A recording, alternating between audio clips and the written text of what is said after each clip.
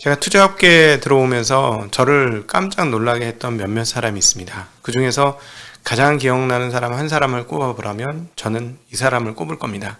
투자전략가 곽현수.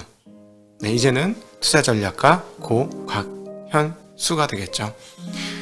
저는 그와의 첫 만남을 잊을 수가 없는데요. 그의 글을 통해서 처음 만났습니다. 글을 보면서 정말 깜짝 놀랐어요. 아니 도대체 이 글은 어디서 나온 것일까? 단순히 경제학을 한 친구로서는 쓰기 어려운 그런 다양한 층위와 스펙트럼을 가진 글을 썼습니다. 그래서 제가 그 글을 보고 조금 흥분을 해서 전화를 했죠. 그러면서 저의 첫 번째 질문이 전공이 뭐였어요? 그것만 하셨어요? 책은 도대체 몇 권이나 읽어보셨어요? 주로 무슨 책을 읽으셔요? 책 한 권 읽는데 얼마나 시간이 걸리세요? 이런 질문을 했던 기억이 납니다. 곽현수 군은 정말 탁월한 전략가였습니다. 그리고 단순히 현재 상황만을 이야기하는 게 아니라 큰 흐름으로 세상을 보고 인문학적 배경을 가지고 또 경제학적 배경을 가지고 세상을 이야기하는 사람이었습니다. 오늘 여러분들과 함께할 고 곽현수 군의 일주기 추모 영상을 저희 증시각도기 TV에서 올리게 되는데요. 그 영상을 통해서 여러분은 그가 얼마나 뛰어난 전략가였는지 또 지식인이었는지 사회인이었는지를 알게 될 겁니다. 그리고 그가 이야기하는 무형의 시대는 벌써 1년 전에 한 이야기가 되겠습니다만 시대를 관통하는 그러한 얘기입니다. 정말로 뛰어난 투자 전략이 시간을 지나서도 어떻게 빛을 발휘하는지는 여러분은 보시게 될 겁니다. 바로 1년 전에 찍었던 그 영상을 가지고 우리 고 곽현수 군을 추모합니다. 그리고 유족분들에게도 이 영상이 위로의 영상이 되기를 소망합니다.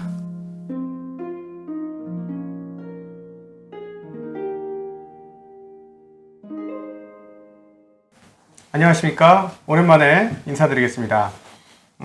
도기 인사이트 시간 정말 오랜만에 여러분 찾아왔습니다.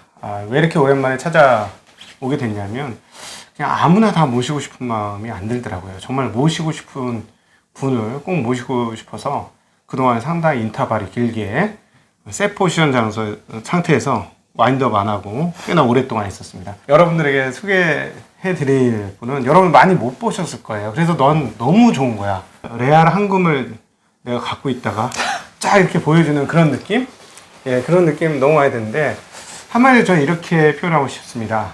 증권계의 유발 하라리. 이 표현이 하나도 아깝지 않은 그런 증권계의 석학. 예, 우리 신한금융투자 스트래티지스트 곽현수 연구원을 오늘 모셨습니다. 안녕하십니까? 네, 안녕하세요. 네, 이렇게 나와주셔가지고 정말 너무 고맙습니다. 아닙니다. 네, 항상 그 쓰신 글의 그 해박함을 보면서 경탄을 금치 않았던 그런가요? 그런 기억이 나는데 네. 많은 분들이 잘 몰라요, 오히려. 그래서 오늘은 구체적인 투자 얘기도 투자 얘기지만 편하게 하고 싶은 유발 하라리로서 하고 싶은 그런 얘기를 좀 해주셨으면 하는 바람이 있는데 평소에 책을 굉장히 많이 읽으셨죠? 평소에요. 네. 그냥 남들만큼 읽지 않을까 싶은데요. 어떤 분들은 만화책을 많이 읽는다는 평을 하던데. 저에 대해서요? 네. 정확하게 알고 계시네요. 아니, 어떤 분 측근인 것 같은데. 무슨 만화책을 그렇게 많이 저는 읽으세요? 웹툰을 많이 보고요. 웹툰 많이 보고 요즘에는 예전에 무협지 가리지 않고 봤던 것 같습니다. 네. 무협지 만화책. 학창 시절에는 학창 시절에는 대하 소설을 좋아했어요. 대하 소설. 네, 그래서 삼국지, 남자들 다 좋아하는 거 있잖아요. 수호진이, 대막 이런 거. 이런 것들, 네. 긴 것들. 네. 또 삼국지는 게임할 때 필요해요. 그 지식이.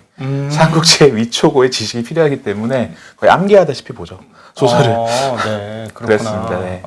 근데 그것만 글을 읽어보면 그것만 읽은 게 아니라 그 당시에 읽어야 되는 소위 말하는 시사적인 이야기라든가 또 인문적인 이야기라든가 중요한 테마가 되는 이야기들은 그 글을 보면 다 읽었다는 게 느껴져요. 최소 제가 읽은 거 이상은 읽었더라고.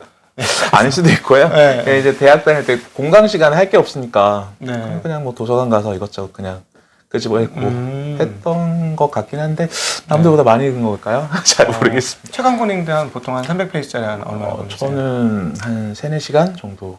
많이 읽었네. 300페이지짜리 서너 시간 읽으면 거의 일반인들 입장에서는 속독인데.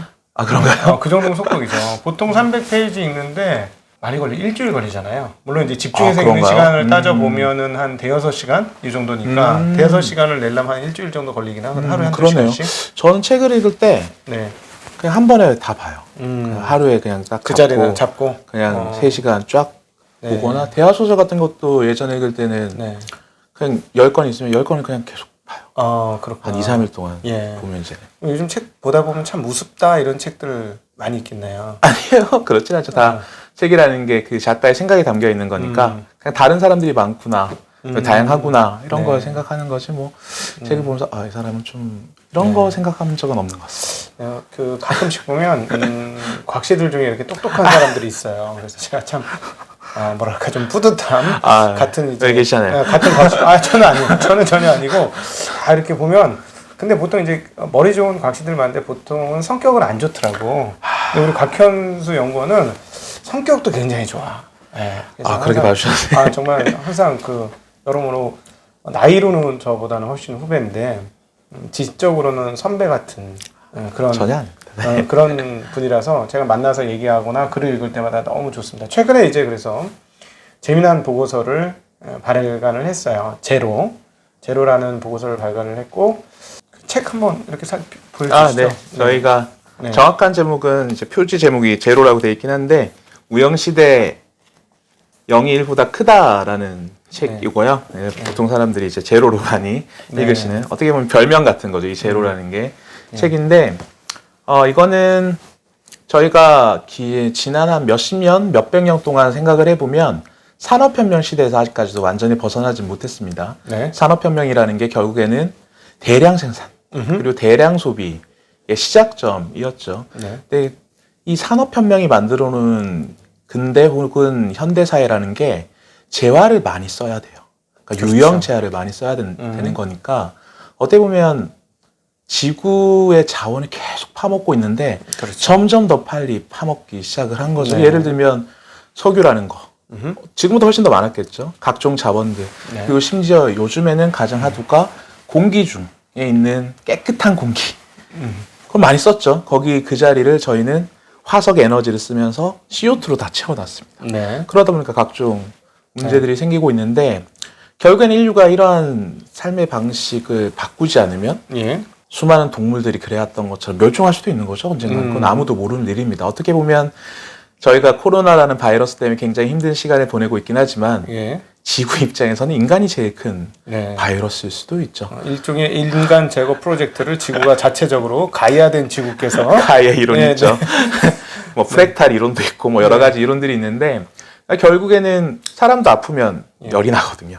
염증 반응이 나면서 열이 나는데 지구도 똑같은 것 같아요. 네. 지금 지구가 뜨거워지고 있다라는 건 물론 온실가스 때문이겠지만 지구가 아프다라는 걸 반증을 하는 거고 어떻게 보면 이제 인간의 삶의 방식이 크게 바뀌어야 될 전환점이 왔는데 그 전환점을 어떻게 보면 코로나19가 만들어준 상황이 아니겠느냐라고 생각을 하고 있는데요. 네. 실제로 그래서 이제 사람들이 유형 재화를 많이 쓰기보다는 저희가 코로나 시대에 많이 쓰는 소비품들을 보면 넷플릭스를 많이 봅니다. 그렇죠. 그러니까 데이터를 많이 쓰기 시작을 한 거죠. 네. 그러다 보니까 저희가 전통적으로 주식시장에서 유형 재화를 쓸 때는 이게 얼마고 그리고 내가 이걸 만들 때 얼마가 들었고 이게 팔리면 내가 어느 정도의 수익을 거둘 수 있고 계산이 쉬워요. 그러니까 기업 가치 평가 역시도 그러한 방식으로 이루어지겠죠. 네. 이익 대비 몇 배 정도면 적정하다. 그렇죠. 적정하다. 뭐 PR이나 PBR 같은 가치 평가 체계들이 나오기 시작을 했는데 근데 무형 시대에는 그러니까 저희가 지금 책으로 써놓은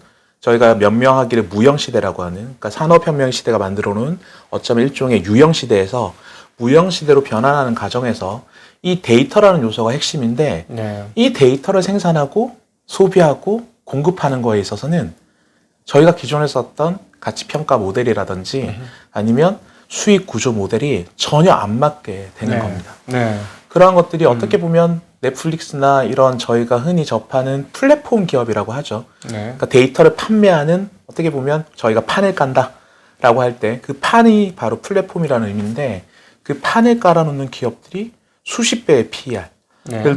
인정받고 있는데 이게 비싸다? 안 비싸다? 논란은 많은데 그럼 뭘 가지고 비싸다? 안 비싸다를 판별할 거냐? 네. 라는 거에 대한 어려움도 있겠죠. 네. 그러니까 그러한 고민들을 저희가 이제 이 책에 답은 아니죠. 정답지는 아니고 저희만의 답안을 한번 작성해 본 네. 거라고 봐주시면 될 것 네. 같습니다. 사실 껍데기상으로는 전혀 손이 안 가는 책이죠. 네. 그냥 저희 예쁘지 이제 않나요? 그 회사 출판부에서 만든 책이기 때문에 정말 그 종이질은 좋았습니다만 최대한 싸게 만든 그런 책이라 손이 안 가는데 저는 딱 펼치고 나서 자세를 다시 잡고 읽기 시작했어요. 네. 그냥 흔히 보는 보고서, 흔히 보는 그냥 뭐 그런 그 간행물의 느낌과 전혀 다른 인사이트가 있었기 때문이죠. 예, 지금 뭐 이미 이제 우리 시청하시는 분들은 느끼셨겠습니다만 이 짧은 1, 2분간의 잠깐 토크에서도 여러분 많이 느끼셨을 거예요. 아, 이거 느낌 좀 다르다. 아, 내공이 좀 다르다. 이런 거 많이 이렇게 제가 좋아하는 이유도 좀 아시겠죠? 네. 자, 그러면 새로운 시대가 왔는데 고민은 그거잖아요. 이건 코로나 특수 아니냐. 물론 좀 이런 방향으로 점차 갈 것 같긴 한데 이것이 유형 자산을 누르고 완전한 무형 자산 시대로 완전하게 넘어갈 수 있느냐? 우리는 소위 말하는 소유 없이 살 수 있느냐? 어떻게 보면 이제 왜 인간이 소비에 집착하게 됐는가를 생각을 네. 해보면 정말 극도의 소비 집착하는 네. 삶이 되고 있죠. 지금까지 네. 코로나 이전까지 삶을 보면 더 가지려고 하고 더 쓰려고 하고 근데 한 번의 경고가 있었습니다. 그러니까 이렇게 계속 가면 너희들 힘들어질 수 있다. 그게 바로 대공황이었죠, 사실은. 네. 29년 대공황. 그렇죠. 1929년의 대공황이라는 게 어떻게 보면 자본주의의 속성. 자본주의 속성은 돈이 많은 사람이 더 돈이 많아질 수밖에 없습니다. 네. 피케티가 얘기한 것도 있겠지만 실제로 이 자본이 돈을 벌어들이는 속도가 그렇죠. 인간이 노동을 통해서 돈을 벌어들이는 속도보다 훨씬 더 빠르기 때문에 네. 부라는 건 양극화될 수밖에 없어요. 그렇죠. 구조적으로 그렇죠. 구조적으로. 그런데 이거를 고치려고 했던 게 바로 대공황 이후에 케인지안트 그리고 루즈벨트 대통령이 네. 외친 뉴딜이라는 겁니다. 네. 그래서 저희가 뉴딜이라고 하면 최근에 우리 정부도 스마트 그린 뉴딜을 내놓으면서 사회체제를 변화시키겠다, 인프라 투자를 하겠다라고 얘기를 하고 있다 보니까 돈에 어느 정도 좀 관심이 더 많이 가요. 어느 만큼의 돈으로 어느 만큼의 인프라 투자를 하느냐. 이게 뉴딜이다라고 많은 분들이 생각을 하는데 네. 실제로 30년대 루즈벨트 대통령이 시행하려고 했던 뉴딜이라는 건 인프라 투자를 의미하는 게 아니라 네. 사회체제의 개혁이었어요. 그러니까 저희가 흔히 지금 알고 있는 여러 가지 사회보장법들, 네네. 뭐 실업수당 같은 것들, 그게 다 뉴딜 때 나온 거거든요. 사실 자본주의의 첨단에서 사회주의 시스템이 발생한 거죠. 그렇죠. 네, 그러니까 1800년대 후반에 독일에서 가장 먼저 사회보장법이 시작이 됐지만 네. 이러한 유럽 쪽에서 움직임이 미국까지 전파가 좀 늦었어요. 네. 그런데 그게 루즈벨트 대통령이 뉴딜을 외치고 그리고 케인지안들이 케인즈의 후학들이 아니면 케인즈를 동경하던 학자들이 네. 그걸 현실에 접목시켰던 게 바로 뉴딜이라고 보시면 되고 그때부터 미국이란 나라는 굉장히 진보스러운 길을 걷습니다. 그 과정에서 물론 인구 구조도 좋았고 그리고 사회의 어떤 자본주의가 가진 폐해도 좀 줄어들면서 사회가 굉장히 균형 있게 발전을 했었거든요. 네. 근데 어찌 보면 이게 또 언제 바뀌었냐면 1980년이에요. 근데 왜 1980년에 이렇게 자본주의 쪽으로 완전히 사회 이데올로기나 패러다임이 옮겨졌냐면 구소련이 무너졌기 때문이죠. 네, 그렇죠. 근데 구소련이 무너지면서 미국이라는 나라가 방자해지기 시작합니다. 그러면서 진보 사관을 완전히 버려요. 네. 그래서 선택한 것이 신자유주의죠. 그렇죠. 신자유주의 그리고 레이건. 완전 보수로 넘어갑니다. 지금 미국은 민주당 오바마도 세계 평균 이데올로기에서 측정을 해보면 그 보수에 가까워요. 네. 그리고 오바마마저도 그리고 지금 바이든 후보마저도 저는 굉장히 저 사람 진보인데라고 생각하지만 네. 세계 평균에서 보면 그 사람 그 보수에 가깝습니다. 네. 미국이란 나라 자체의 중립 정치 성향이 거의 보수예요. 네. 그렇기 때문에 이걸 만들어놨던 시점에 대한 해석이 중요한데 레이건이 결국에는 신자유주의를 외치면서 구소련이 몰락하면서 오만 방자해지기 시작한 자본주의가 극도의 길을 걷기 시작합니다. 네. 그때부터 세계 상위 0.1%의 부가 급증하기 시작을 하죠. 네네. 그러니까 한마디로 미국의 정치 성향이 바뀌었다라는 게 자본주의의 폐단을 다시 또 20년대부터 80년까지 좀 고쳐지나 했던 네. 어떻게 보면 수정 자본주의가 되겠죠. 수정 자본주의의 길을 다시 자유주의로 고쳐놓으면서 네. 더 물질에 집착하는 삶이 돼버릴 수밖에 없었던 것 같아요. 그 짧은 40년 동안 저희는 지구를 다 망쳐놓은 거고 이게 결국에는 기존의 유형 재화를 많이 소비하고 많이 생산하던 시대에 한계를 더 빨리 가져오게 한 게 아닌가라고 생각을 하는 거고요. 그게 결국에는 저희가 얘기하는 무형 시대로의 전환이 어떻게 보면 선택지가 아니라 필수가 돼버린 게 아닐까. 생존을 위한 그렇게 생각을 하고 있습니다. 근데 사실 글로벌 초자분들이 그 무형자산의 선도권에 있잖아요.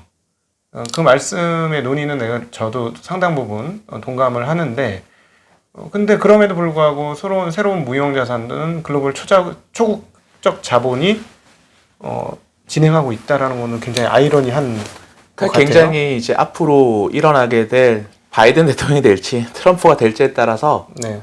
속도차는 있을 거예요. 언젠간 그쪽 길로 갈 겁니다. 어떤 길이냐면 국가가 통제력이 굉장히 높아지는 사회로 변화할 것 같아요. 그러니까 이 데이터라는 게 가진 특징이 뭐냐면 유형 제한은 나눠 쓰기가 굉장히 힘들어요. 그러니까 자동차에 5명 타면 더 못 타요. 그렇죠.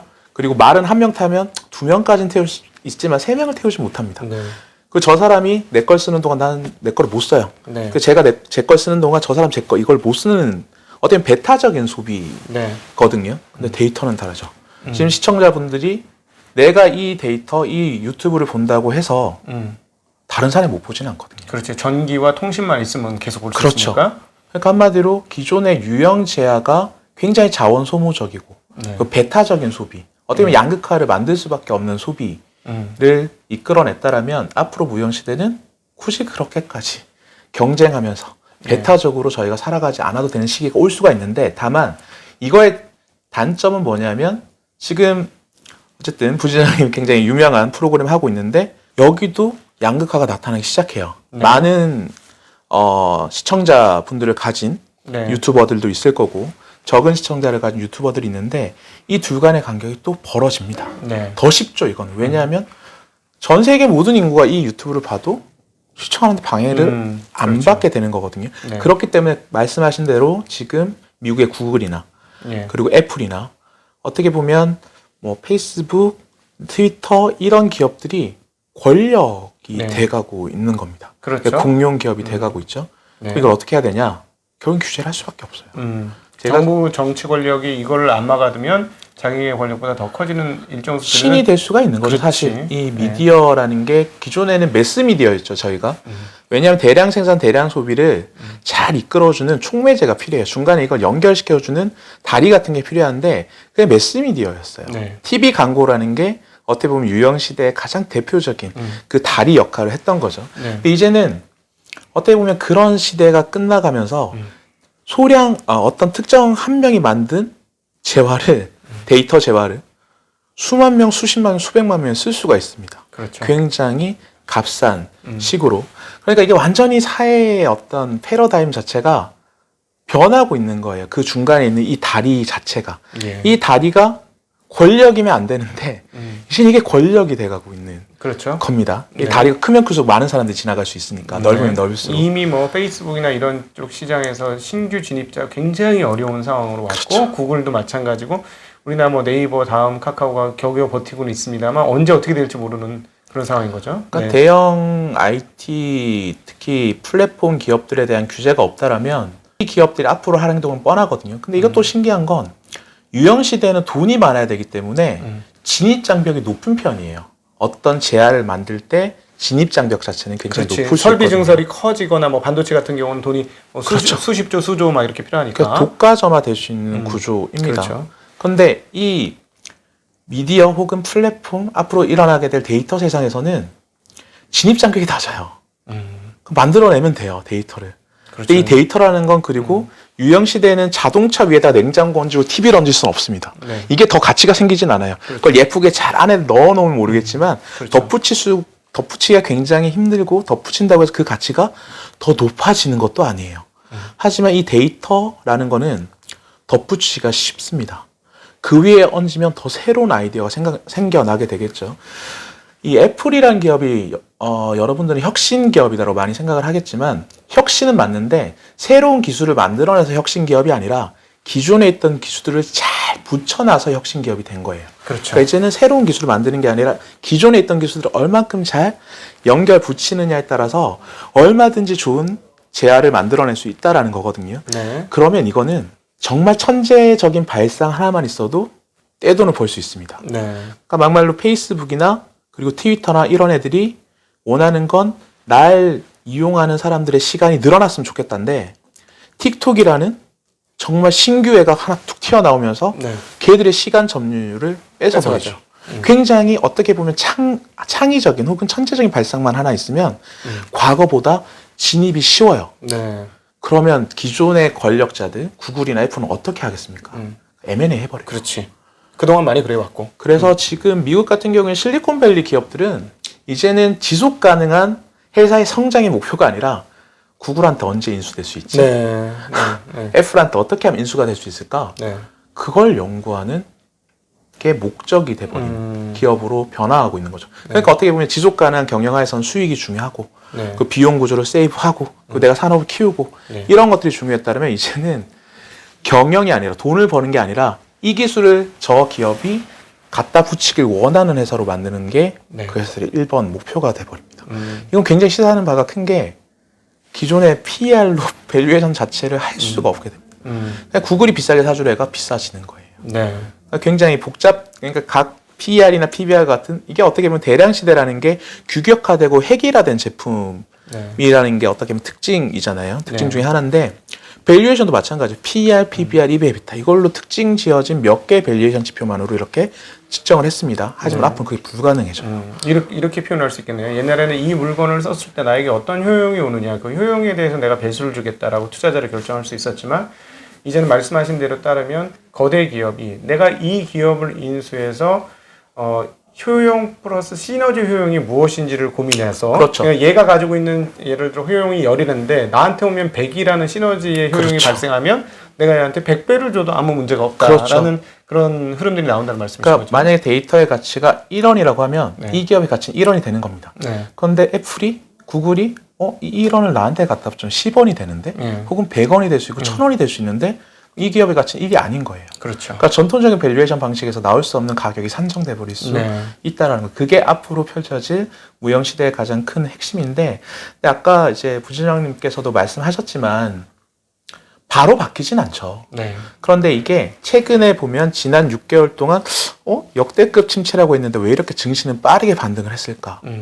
그게 많은 분들의 의문일 수 있거든요. 네.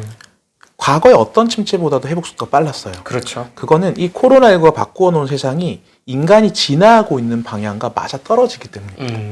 그러니까 무형 시대로 진입을 하고 있는데 이 코로나라는 게 원래는 진입할까 말까 고민의 여지가 있었다라면 이제 고민의 여지가 없이 그냥 생존을 필수가 돼버리니까 네.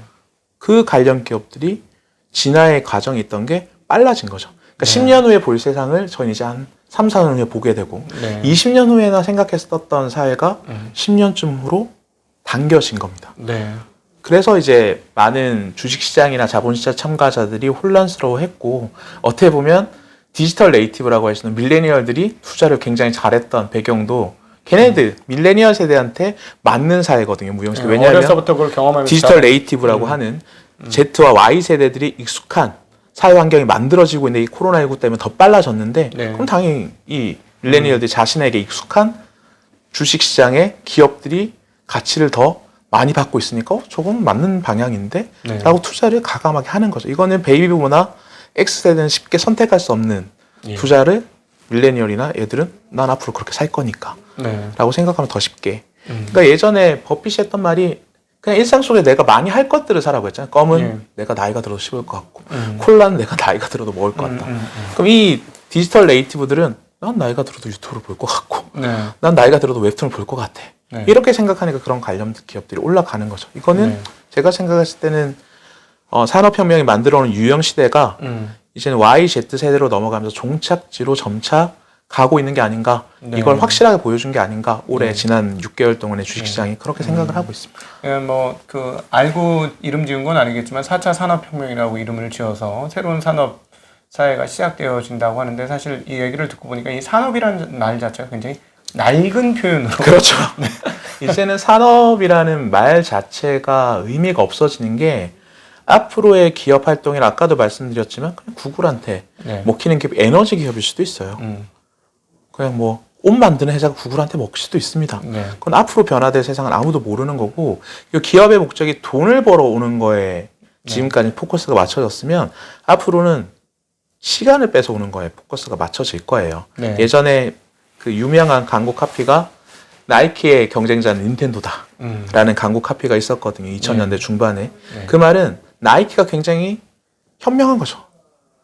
사람들이 게임한다고 운동할 시간이 줄어들면 나는 망할 수밖에 없는데. 근데 곰곰이 생각해보면 저희가 만약에 나중에 정말 인간이라는 게 극도로 진화를 해서 이제 뇌만 있고 모든 게 기계로 네. 대체가 되면 운동할 필요가 없거든요. 네.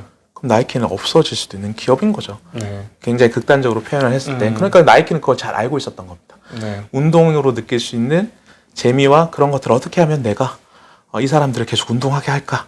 이게 나이키의 생각이었던 거고. 네. 그리고 지금 모든 기업들이 마찬가지예요. 삼성전자의 경쟁자는 앞서 표현한 대로 이제는 구글. 예. 그러니까 구글하고 삼성전자 경쟁일 이유는 없거든요. 네. 근데 구글이 경쟁자가 되고 있는 거고, 그리고 옷 이런 것들이, 명품 이런 것들이 삼성전자 경쟁자가 되고 있는 거죠. 그러니까 산업의 경계라는 게, 산업이라는 건 그 어떤 특정한 업을 놓고 경쟁하니까 그 네. 기업들을 묶어 산업이라고 부르는 거거든요. 근데 이제는 산업의 벽이 없는 거예요. 모든 네. 기업들이 적자 생존 음. 내 세계로 바뀌고 있는 거고, 어떻게 보면 저희 같은 서민들 입장에서는 기회가 많아지는 거죠. 왜냐하면 예전에는 자본이었는데 자본이었죠. 이제는 시간이 자본이 된다. 시간이 자본이죠. 네. 시간을 얼마만큼 앗아오느냐가 그 기업의 생존을 위해서 가장 중요한 전략인 거고요. 그러니까 실제로 트위터나 뭐 페이스북이나 이런 기업들은 자기 앱이나 혹은 자기 사이트에 얼마나 머무르는지가 중요한 거죠. 그래야 광고를 많이 보게 하고 그렇죠. 그 광고에 따라 수익을 얻을 수 있는 구조를 만들 수 있기 때문이거든요. 네. 그러니까 시간 싸움이 된 겁니다. 원래도 그랬지만 네. 앞으로는 더 그렇게 될 가능성이 높다라고 보시면 될 것 네. 같아요. 시간 가치를 효용으로 바로 즉각적으로 이제 전환시키는 구조가 된 것이다. 그렇죠. 사람한테 보여줄 수도 있는 것이고. 그래서 너는 얼마나 많은 시간을 너가 보유하고 있어? 기업의 측정 방법이 그러니까 결국에는 이제 인간이 진화하는 방식을 보면 예. 여가 시간이 많아지는 쪽으로 진화할 수밖에 없어요. 네. 노는 거 싫어하는 사람이 어디 있습니까? 네. 그 내부자들이었나 이경영이 노는 게 지겨우면 죽어야죠란 말을 하죠. 나이가 들은다고 해서 네. 노는 거, 그러니까 유의라는 거에 대해서 인간은 절대 포기하지 않습니다. 네. 그 유의 과정에 있어서 유의를 위해서 저희가 노동을 하는 거죠. 네. 내가 자식을 낳고 얘네들을 잘 키우고 얘네들과 즐거운 시간을 보내기 위해서 네. 제가 돈을 버는 거잖아요. 일반적인 사람들의 생각이. 그 말은 돈을 버는 게 목적이 아니라 돈을 버는 시간 외에 그 시간, 여가 시간 혹은 유의 시간은 내가 더 많이 만들고 그 유의 시간 내가 더 풍족하게 삶을 보낼 수 있는, 그게 인간의 목적이다라고 보면 앞으로 인간의 여가 시간은 계속 늘어날 겁니다. 네. 그렇죠. 모든 것들이 자동화되어 있고, 사실 아까 말했던 이런 빅테크 기업들이 그렇게 자리를 잡고 시간이 조용하게 된 밑바탕의 근거를 생각해 보면 완전한 산업 사이클의 완성, 즉 제조업 기반의 완벽한 완성, 그래서 언제든지 원하는 것들을 너무나 쉽게 만들 수 있는 구조가 만들어지니 이제 이것 자체의 중요성은 떨어지고 이걸 가지고 무엇을 활용할 수 있는가를 그렇죠. 생각해낼 수 있는 기업과 그 아이디어가 훨씬 더 중요한 세상이 되었다. 어떻게 보면 인간에게 노동 시간이 주였다면 네. 앞으로는 여가 시간이 줄 수밖에 없습니다. 왜냐하면 로봇이 다 만들어 줄 거거든요. 네. 인간에게 필요한. 이게 월이라는 영화가 있어요. 월이라는 영화가 있는데 그게 인간의 진화 과정의 끝단에 가 있는 영화라고 저는 생각을 해요. 네. 아무것도 안 합니다, 걔들은. 가만히 누워 있어요. 로봇이 띄워주는 영상을 보고 혹은 가상 데이트를 하고 네. 로봇이 지어주는 음료수를 먹으면서 이렇게 살아가요. 네. 그게 굉장히 행복한 거죠. 왜냐하면 몸을 움직였을 때 혹은 어떤 행동을 했을 때 느끼는 감정이나 혹은 호르몬의 분비에 따른 즐거움 이런 것들을 로봇이 다 신체에서 다 해주게 만들어 버리는 거거든요. 네. 저는 그 영화를 한번 봐보시면 무형시대가 어떻게 진화를 할 수 있는지를 아마 시청자분들께서 많이 느낄 수 있다고 생각을 하고 있는데 결국 인간은 노동을 안 하게 될 겁니다. 지구상에 언젠가 극도로 진화를 하게 되면. 네. 그리고 그 과정에서 이 넘쳐나는 시간을 어떻게 활용하는지가 관건인 거고, 그리고 또 다르게 얘기하면 인간이 노동을 하자면 누가 돈을 쥐어줘? 그래서 정부의 역할은 더 커질 거예요. 네. 그 로봇이 생산해 놓은 제아들을 어떻게 적정하게 배분하지? 분배하고 배분을 해야 되거든요. 그렇죠. 그래서 예전에 폰 노이만이라는 사람이, 제가 사실은 이게 정확한 기억이는 잘 모르겠는 게, 제가 수업 중에 들었던 얘기, 교수님이 해주신 얘기인데 찾아봐도 잘 안 나오더라고요, 네네. 웹사이트에. 근데 수업에 한 말이 맞다라면 폰노이만이 한 말인데 이 사람은 정말 자본주의에 맹신하는 사람입니다. 사회공산주의 진짜 싫어하거든요. 네. 이론상은 사회공산주의가 민주자본주의보다 우월하다라고 합니다. 네. 그런데 현실에서는 절대 그러할 수 없다라고 얘기를 하거든요. 네. 왜냐하면 신이 없기 때문이다라는 얘기를 해요. 음. 뭐냐면 사회공산주의는 만약에 정말 전지전능한 신이 있어서 인간의 모든 효용이나 인간의 이 개체 한 개체가 어떠하면 어떤 행동을 할 때 즐거워하고 어떤 정도의 효용을 누렸을 때 내가 기쁨을 느끼고 이런 것들 다 아는 존재가 있다라면 네. 그 사람이 필요한 건 주면 돼요. 네. 넘치지도 않고 모자라지도 않고 그 사람 딱 필요한 정도. 예. 그리고 다른 사람 질투하지 않을 정도까지도 알게 되겠죠. 신이라는 존재는. 네. 그러니까 그런 식으로 적정한 배분만 가능하다라면 공산사회주의가 완벽하다고 했거든요. 네. 그게 다가오고 있어요. 그게 AI죠. 저희가 무형시대의 핵심은 결국에는 인공지능을 만들어내서 인간보다 더 초월적인 계산 능력과 그리고 판단 능력을 가진 걸 만들어내서 인간을 더 발전시키는 네. 그게 기술적 특이점이라고도 얘기를 하는데 어쨌든 그러한 AI가 등장하면 사실은 민주자본주의보다는 사회공산주의가 인간에게 훨씬 더 적합한 이론이 될 수도 있습니다. 하지만 지금은 그게 안 되죠. 아직까지는 AI는 인간보다 뛰어나다라고 확신할 수 없기 때문에 한 50년은 걸릴 거예요. 그런 사회 걸로면. 어쨌든 그 과정에서 정부의 역할은 계속 커져갈 겁니다. 저희가 흔히 빅브라더라고 하는 네. 그런 시대가 올 수밖에 없는 거죠. 저도 듣다 보니 옛날로 우리가 회귀하는 것 같다. 왜냐하면 우리가 이제 이렇게 열심히 일한 게 도대체 언제부터일까라는 생각을 종종 하거든요. 왜 산업혁명 이전에 이렇게 우리가 열심히 살았을까 싶은 거예요. 저는 이제 시골에 살다 보니까 쌀 밑자를 보면 88번 손이 가서 쌀이 나온다는 얘기하면서 쌀을 그 짓는 게 얼마나 힘든지 아느냐라고 얘기하는데 제가 저희 집 앞 옆이 논이거든요. 쌀 짓는 게 제일 쉬워요. 진짜요? 예, 쌀 짓는 게 쉽고 지어본 적이 없어가지고. 요즘은 다 기계로 짓다 훨씬 더 쉬운데 그때 이제 쌀이 귀하고 이제 농민이 중요하다 보니까 그렇게 가치를 인정해 줬던 것 같고 제가 어느 날 회사를 밤늦게 별을 보면서 퇴근을 하면서 동네에는 다 불이 꺼져 있는 거예요. 이분들은 벌써 주무시는 거죠. 저는 아직도 저희 날은 끝나지 않았는데 그러니까 나의 노동운동화 월등히 더 강하구나 이런 걸 느꼈던 적이 있거든요. 그러니까 사실상 인간의 노동을 이렇게 열심히 한 게 도대체 얼마나 됐느냐 따져보면 예를 들어 그 기록 이전의 시대, 소위 말하는 원시 시대나 이럴 때는 먹을 것만 해결되면 그 다음부터 노는 것만 일이었잖아요. 그러니까 예, 인간의 본연이 원래 먹고 노는 거지. 그러니까 실제로 이제 그 데이터들이 있긴 해요. 수렵 채집 시절에 네. 인간의 하루 중에 노동한 게 몇 시간이나 될까 따져보면 4-5시간 정도라고 나와요. 그리고 농경 시대는 한 10시간 정도 나왔던 것 같고 산업혁명 시대에 말씀하신 것처럼 거의 10시간 넘는 막대한 노동 강도가 투입되는데 다만 여기에서 저희가 고민해봐야 되는 건 수렵 채집 시절에는 그 인간의 삶 자체가 길지 않았을 것 같아요. 평균 수명 자체가 그렇죠. 언제나 환경이나 그리고 저보다 더 높은 포식자들에게 항상 삶의 위협을 받았기 때문에 스트레스 강도라든지 이런 건 더 높았을 수 있습니다. 그래서 노동에서 오는 스트레스를 더 길게 가져가지 못했던 것도 있었을 것 같아요. 혹은 연령이 짧게 끝나니까 일할 수 있는 시간이 짧아서 계산할 때 보면 이게 삶에서 노동이 차지하는 비중이 작았을 수도 있는 거죠. 유아 시절이 길어가지고. 반면에 이제 농경 시대로 넘어오면서 정착 생활을 하면서 이제 노동 시간이 길어져는 그만큼 수명도 길어지고 인구가 많아집니다. 그러니까 사실 인간이라는 게 혼자 살면 이렇게까지 노동할 필요가 없어요. 아시겠지만. 맞아요. 근데 결국에는 농경 사회, 정착 사회로 사회가 변화하면서 애를 낳기 시작하면서 이게 내 혼자 사는 게 아니라 누군가의 목까지 노동을 해야 되는 시간이 길어지게 되는 거죠. 그러한 것들도 분명히 농경 시대에 영향을 줬던 것 같고 그리고 또 하나는 산업혁명 시대는 왜 이렇게 노동이 길었을까? 일단 그때는 뽑아내면 돈이 되는 시기였던 거고 또 하나는 그때부터 어떻게 보면 여성의 노동 참여 시간이 줄어들기 시작한 게 아닐까라는 생각도 좀 해봐요. 뭐냐면 산업혁명 그리고 현대사회로 접어들면서 한 명의 남성이 일해도 4명 정도로 먹여 살릴 수 있을 정도로 생산성이 높아진 거죠. 인간의 어떤 재화나 이런 걸 뽑아내는 능력 자체가. 그러니까 더 많은 대가를 받으니까 당연히 굳이 2명이 일할 필요 없고 예전 같으면 가족 전체 어린애들까지도 농경사회에서는 투입이 됐어야 되는 거면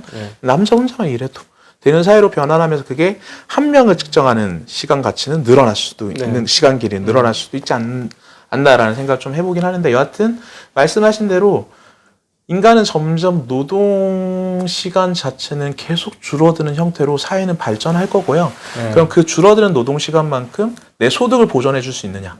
그리고 내 여가 시간 동안 내가 그럼 길어진 여가 시간만큼 난 돈이 더 필요한데 네. 사람이 일할 때 쓰는 돈보다 놀 때 쓰는 돈이 더 많거든요. 네. 그럼 더 많은 돈을 써야 되는데 더 내놔. 이런 식으로 될 수가 있거든요. 그거를 과연 정부가 얼마만큼 적정하게 개입을 해서 효율성 있게 생산성을 유지하면서 네. 이렇게 배분할 수 있을지가 관건인데 결국엔 AI가 발달되면 그런 네. 것들도 가능해지는 시대로 가면서 인간은 결국엔 노동시간 0으로 수렴하는 과정을 네. 겪지 않겠느냐고 생각합니다. 먼 미래긴 하죠. 네, 네, 네. 네. 어쨌든 지금은 그런 과정으로 가는 본격화되는 과정이다. 그러니까 그렇죠. 산업이 떨어지고 뭐라 그래야 되나? 산업 사회라고 보기보다도 그렇지 무형 산업. 정확한 표현을 하기 어렵네요. 그러니까 네. 이게 아직까지는 정립이 안 됐죠. 네. 이제 막 저희도 첫 발을 뗐고 네. 그냥 어떻게 보면 첫 삽을 이제 네. 푼 거죠. 그 무형 시대로의 전환 과정에 있어서. 네. 그래서 이제 앞으로 이거는 뭐 세계적으로 용어가 통일은 될 겁니다. 네. 뭐 통일이 될 텐데 어떻게 될지 모르겠지만 여하튼 이 디지털이라는 재화가 과거에 어떤 시대에 인간이 아닌 그러니까 비인간적인 요소가 이렇게까지 삶을 지배한 적이 있을까 싶을 정도로 네. 삶을 지배하지 않을까라는 생각은 그러니까 완전 하죠. 매트릭스가 시작된 거죠. 저는 그래서 그거 표현을 사이버라이제이션이라고 표현하거든요. 사이버라이제이션 한 시대가 도래했다라는 것이고 이렇게 되면은 시대가 많이 바뀌는 거죠. 그동안에 이제 얼마 전까지만 해도 소유의 시대, 소비의 시대, 소유함으로써 나는 소유함으로써 존재한다. 나는 소비함으로써 존재한다. 쇼핑함으로 나는 쇼핑한다. 고로 존재한다. 뭐 이런 상황에서 이 개념들이 많이 바뀌는 거죠. 예. 그러니까 사실은 그거잖아요. 이 유튜브도 이런 경우 있을 것 같아요. 저도 유튜브를 해보면서 가끔씩 생각을 해보는데 사회적으로 인간관계를 거의 전혀 못하는 사람이 있어요. 예를 들자면 그런 사람인데 유튜브에서 어떤 지식을 전달하거나 이런 거 그다음 웃기면서 지식을 전달하는데 이 사람이 엄청나게 부각이 되는 거예요. 일반적인 산업사회 사이클에서 이 사람이 사회 부적응자가 될 수 있지만 유튜버 세상에서 이 사람 완전 스타가 될 수도 있는 그럴 거죠. 수 있죠. 예. 그러니까 완전 시대가 변화되어지는 새로운 인간형이 만들어지고 또 새로운 산업형이 만들어지는 그런 구조가 시작이 되었다라는 그렇죠. 저도 이제 유튜브를 하면서 그런 걸 느껴요. 사람들이 저를 너무 과대평가하는 경우를 좀 많이 봐서 네 그래서 그러네요. 그러면 산업도 많이 변하고 그리고 또 국가의 힘은 커질 수밖에 없다. 네. 정부 국가의 권력은 커질 수밖에 없는 방향으로 갈 거라는 거 거의 확실하지 않을까라고 생각을 하고 있고요. 네. 어떻게 보면 르네상스 시대를 거치면서 개인의 인권과 인본주의가 강화됐었잖아요. 네. 한 인간의 인간다움. 네. 근데 이런 것들이 만들어 온 결과가 좋진 않은 거죠. 지난 2, 300년 동안. 네. 결국에는 무엇인가 통제가 필요한 사회로 왜냐하면 제한된 자원으로 저희는 이제 점점 더 지구 자원이 말라가고 있기 때문에 특히 대기 자원 자체는 심각한 상황인 거죠. 그렇게 되면 통제를 받을 수밖에 없는 개인의 삶이 그런 식으로 좀 변할 거. 그래서 최근에 아마 많은 사회적 논란이 이런 거겠죠. 국가가 이 공공의 복원을 위해서 개인의 인권을 어디까지 통제할 수 있는가라는 게 화두가 됐었죠. 네. 이게 앞으로 계속 화두가 될 것 같아요. 왜냐하면 대기라는 거 이거는 사실 내가 내 돈 주고 샀던 제품을 내 마음대로 쓰겠다는데 어떻게 할 거야? 이게 아닌 거죠. 그렇지. 이렇게 썼을 경우에 이게 CO2를 많이 방출한다. 이거는 네. 사용 자체를 혹은 소비 자체를 통제할 수도 있다라는 겁니다. 그런 사회로 변할 수밖에 없는 사회를 맞이한 거고요. 그래서 저는 앞으로 사회 자체의 변화상에서 국가의 역할이라는 게 그만큼 더 중요해지기 때문에 국민들의 어떻게 보면 참정권이 네. 굉장히 잘 지켜져야 되고 그리고 국민들도 이러한 거에 적극적으로 사회 문제나 정부와 관련된 문제에 적극적으로 좀 참여하는 사회가 돼야 정부를 좀 견제하면서 좀 조화롭게 발전해 나갈 수 있지 않을까라는 생각까지도 해봅니다. 네. 네. 정말 많은 생각이 드는 시간입니다. 오늘 너무 많은 많은 생각이 들어서 논의를 하다 보면 끝도 없을 것 같고 계속 밥 먹고 얘기하고 막 여러 가지 정말 얘기를 하고 싶은데 오늘은 워밍업으로 여기까지만 하시죠. 네. 워밍업으로 네. 그럼 다음에 또 나와야 되는 건가요? 무형자산 시대가 지금 도래하는 좀 긴 안목으로 여러분한테 일종의 투자 인사이트를 드린 겁니다. 여기서 도출될 수 있는 투자의 안도 굉장히 많고요. 그리고 미래사회에 대해서 도출될 아이디어도 굉장히 많습니다. 그래서 이런 것들을 좀 큰 틀에서 생각을 한번 해보시고 나의 투자에 어떻게 적용하면 될까 하는 생각을 해보시는 게 긴 안목에서 자기의 투자 스케줄을 만드는 데 굉장히 저는 중요하다고 생각해요. 그래서 오늘은 제가 이제는 좀 이해하시죠? 제가 왜 증권계 유발 하라라고 표현했고, 이거를 사람들이 이 가치를 잘 몰라요. 근데 이게 굉장히 중요한 내용이고요.